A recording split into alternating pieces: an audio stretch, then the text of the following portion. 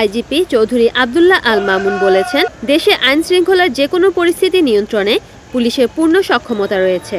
জঙ্গিবাদ সন্ত্রাসবাদ নিয়ন্ত্রণে সমন্বিত উদ্যোগ কার্যকরভাবে সফল হয়েছে।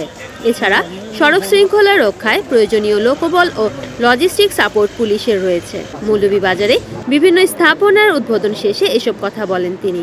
জঙ্গিবাদের বিষয়টি বলি প্রথমে। জঙ্গিবাদ সন্ত্রাসবাদ দমনে দেখেছেন আপনারা আসলে এই কাজগুলো আমরা ইন্টেলিজেন্স লেড অপারেশন পরিচালনা করি এবং অনেক ক্ষেত্রেই আমরা সারপ্রাইজ হই যখন হঠাৎ করে আমরা বড় ধরনের অভিযান পরিচালনা করি। অনেকেই আমরা জানি না আমরা যেটা করি। তো এটা আমাদের যারা ইন্টেলিজেন্স কালেক্ট করে তারা এটা নিয়ে কাজ করছে, কখন কোন দিকে কি হচ্ছে এটার গতি প্রকৃতি বিশ্লেষণ করে তারা যথাযথ কাজ করছে।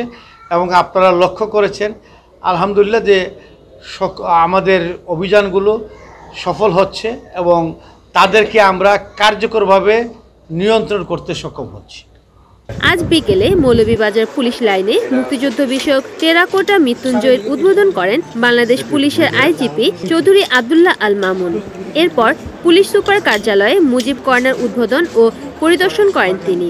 এ সময় উপস্থিত ছিলেন সিলেট রেঞ্জার ডিআইজি শাহ মিজান শফিউর রহমান, জেলা প্রশাসক ডক্টর উর্মি বিনতে সালাম, মৌলভীবাজারের পুলিশ সুপার মোহাম্মদ মঞ্জুর রহমান সহ সিলেট বিভাগের পুলিশের কর্মকর্তারা।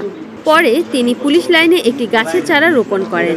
রিপোর্ট করেছেন মৌলভীবাজার প্রতিনিধি তিমির বণিক, NN TV।